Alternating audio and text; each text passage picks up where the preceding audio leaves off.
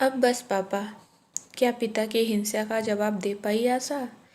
आशा का मन बहुत परेशान था। आज पापा ने फिर माँ के ऊपर हाथ उठाया था। विमला, उसकी माँ 70 साल की हो चली थी। इस उम्र में भी उसके 76 वर्षीय पिता जब जब अपनी पत्नी पर हाथ उठाते थे। अभी अभी मोबाइल पर माँ से बात करके उसका मन आहत हो चुका था, पर उसकी मजबूरी यह थी कि वह अपनी यह परेशानी किसी को बता नहीं सकती थी। अपने पति व बच्चों को भी कैसे बताती कि इस उम्र में भी उसके पिता उसकी माँ पर हाथ उठाते हैं। माँ के शब्द अभी भी उसके दिमाग में गूंज रहे थे। बेटा, अब और नहीं सहा जाता। इन बूढ़ी हड्डियों में अब इतनी जान नहीं बची है कि तुम्हारे पापा के हाथों से बरसते मुक्कों का वेग सह सके। पहले शरीर में ताकत थी, मार खाने के बाद भी लगातार काम में लगी रहती थी। कभी तुम लोगों पर अपनी तकलीफ जाहिर नहीं होने दी, पर अब मार खाने के बाद हाथ पैर पीठ गर्दन पूरा शरीर जैसे जवाब दे देता है। दर्द के कारण रात रात भर नींद नहीं आती है। कराहती हूँ तो भी चिल्लाते हैं। शरीर जैसे जिंदा लाश में तब्दील हो गया है। जी करता है या तो कहीं चली जाऊं या फिर मौत ही आ जाए, ताकि इस दर्द से हमेशा के लिए छुटकारा मिल जाए। पर दोनों ही बातें नहीं हो पाती। चलने तक को मोहताज हो गई हूँ। आशा माँ के दर्द, पीड़ा और बेबसी से अच्छी तरह वाकिफ थी, लेकिन वह कर भी क्या सकती थी। माँ को अपने घर ले जाना भी तो समस्या का समाधान नहीं था, और आखिर कब तक माँ को अपने घर रख सकती थी। अपनी गृहस्थी के प्रति भी तो उसकी कोई जिम्मेदारी थी। ऊपर से भाइयों के ताने सुनने को मिलते थे सो अलग। उसके दोनों भाई अपनी अपनी गृहस्थी में व्यस्त थे। अलग रह रहे माँ बाप की भी कभी कभी टोह ले लिया करते थे। वैसे तो बचपन से उसने अपनी माँ को पापा से मार खाते देखा था। घर के हर छोटे बड़े निर्णय पर माँ की चुप्पी व पिता के कथन की मुहर लगते देखा था। वह दोनों के स्वभाव से परिचित थी। वह जानती थी कि सदा से ही घर गृहस्थी के प्रति बेपरवाह व लापरवाह पापा के साथ माँ ने कितनी तकलीफें सही हैं, और बड़ी मेहनत से तिनका तिनका जोड़कर अपनी गृहस्थी बसाई व बच्चों को पढ़ा लिखा कर काबिल बनाया। वरना पापा को तो यह तक नहीं मालूम था कि कौन सा बच्चा किस क्लास में पढ़ रहा है। वे तो अपनी मौज मस्ती में ही सदा रमे रहे। उन दोनों के व्यक्तित्व व व्यवहार में जमीन आसमान का फर्क था। एक तरफ माँ आत्मविश्वासी, ईमानदार, मेहनती, कुशल और सादगी पसंद महिला थी। वहीं दूसरी ओर उसके पिता मस्त मौला, स्वार्थी, लालची और रसिया किस्म के इंसान थे, जो स्थिति के अनुसार अपना रंग बदलने में भी माहिर थे।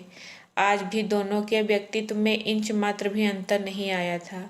हाँ, शारीरिक रूप से अस्वस्थ व कमजोर होने के कारण माँ थोड़ी चिड़चिड़ी अवश्य हो गई थी। इसलिए अब जब भी उनके बीच वाद विवाद की स्थिति बनती थी तो वे प्रत्युत्तर में पापा को बुरा भला जरूर कहती थी। यह बात पापा को कतई बर्दाश्त नहीं होती थी। आखिर सालों से वे उन होठों पर चुप्पी की मुहर देखते आए थे, सो इस बात को हजम करने में उन्हें बहुत मुश्किल होती थी। उनकी पत्नी उनसे जबान लड़ाती है। दोनों भाई भी यूँ तो माँ को बहुत प्यार करते थे, लेकिन उनकी आपसी लड़ाई में अक्सर पापा का ही पक्ष लिया करते थे। आशा को मालूम था कि पिछली बार जब पापा ने माँ पर हाथ उठाया था तो अत्यधिक आवेश व क्षोभ में माँ ने भी उनका हाथ पकड़कर उन्हें झंझोड़ दिया था, और सख्त ताकीद की थी कि अब वे यह सब नहीं सहेंगी। तब आनन फानन में पापा ने सभी बच्चों को फोन लगाकर उन्हें उनकी माँ द्वारा की गई इस हरकत के बारे में बताया था। तब छोटे भैया तब छोटे भैया ने घर पहुंचकर माँ को खूब लताड़ लगाई थी, और यह तक कह दिया था कि आपकी बहू आपसे 100 गुना अच्छी है, जो अपने पति से इस तरह का व्यवहार तो नहीं करती। पता नहीं, पर शायद उनकी भी पुरुषवादी सोच माँ के इस कृत्य से आहत हो गई थी। जब जब आपने उनकी मर्जी के खिलाफ कोई भी काम किया है, तब तब उन्होंने क्या क्या तांडव किए हैं, क्या आपको याद नहीं? और अब जबकि आप उनकी जी हुजूरी में हमेशा ही लगे रहते हो, तो वे आपका विरोध करेंगी ही क्यों? भाभी की याद करते करते आशा के मुंह में जैसे कड़वाहट सी घुल गई। विचारों के भंवर में इसी तरह गोते लगाते हुए आशा की तंद्रा दरवाजे की घंटी की आवाज से टूट गई। घड़ी की ओर निगाहें घुमाकर वह मन ही मन बुदबुदा उठी। अब कैसे होगा काम? बच्चे आ गए, आज उसका सारा काम पड़ा हुआ है। भारी मन से उठते हुए उसने दरवाज़ा खोला तो चहकते हुए दोनों बच्चों ने घर में प्रवेश किया। मम्मा, पता है, आज ड्राइंग टीचर को मेरी ड्राइंग बहुत अच्छी लगी। पूरी क्लास ने मेरे लिए क्लैप किया। टीचर ने मुझे 2 स्टार्स भी दिए हैं, देखो। नन्ही परी ने माँ को अपनी ड्राइंग शीट दिखाते हुए कहा। ओहो, मेरी रानी बिटिया तो बड़ी होशियार है। I am proud of you, कहते हुए उसने नन्ही परी को गले लगा लिया। परी अभी 7 साल की थी। वह दूसरी कक्षा में पढ़ती थी। उससे बड़ा सौरभ था, जो कि 7वीं क्लास में पढ़ता था। मम्मा, बहुत भूख लगी है, मेरे लिए पहले खाना लगा दो प्लीज़, सौरभ ने अपना बैग रखते हुए बोला। ओके बच्चों, आप फ्रेश होकर आओ, तब तक मैं जल्दी से आपके लिए खाना परोसती हूँ, कहकर आशा किचन की तरफ चल दी। उसने अभी तक कुछ भी खाने को नहीं बनाया था, बस काम वाली काम करके जा चुकी थी।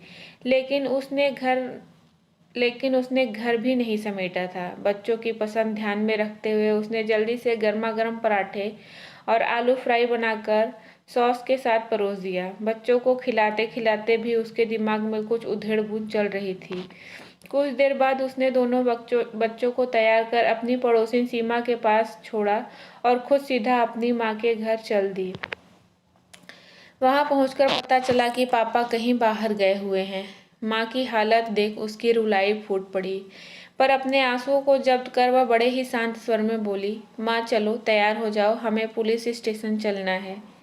लेकिन बेटा, एक बार और सोच ले, अभी बात ढकी हुई है, कल को आस पड़ोस, समाज, बिरादरी, नाते रिश्तेदारों तक फैल जाएगी, लोग क्या कहेंगे? बहुत बदनामी होगी हमारी, सब क्या सोचेंगे? माँ ने कुछ अनुनय पूर्वक कहा। जिसको जो सोचना है सोच ले, मगर अब मैं आपको और जुल्म सहने नहीं दूंगी। माँ, तुम समझती क्यों नहीं हो? जुल्म सहना भी एक बहुत बड़ा अपराध है और आज तक आप सब सहती आई हो। आपकी इसी सहनशीलता ने पापा को और प्रोत्साहित किया, मगर अब पापा को यह बात समझनी ही होगी कि आप पर हाथ उठाना उनके अधिकार क्षेत्र में नहीं आता है।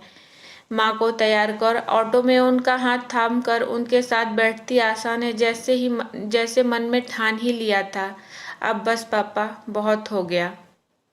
तो दोस्तों, ये कहानी आपको कैसी लगी? अगर अच्छी लगी तो प्लीज़ मेरे चैनल को सब्सक्राइब करें, मेरे वीडियो को लाइक करें। Thank you.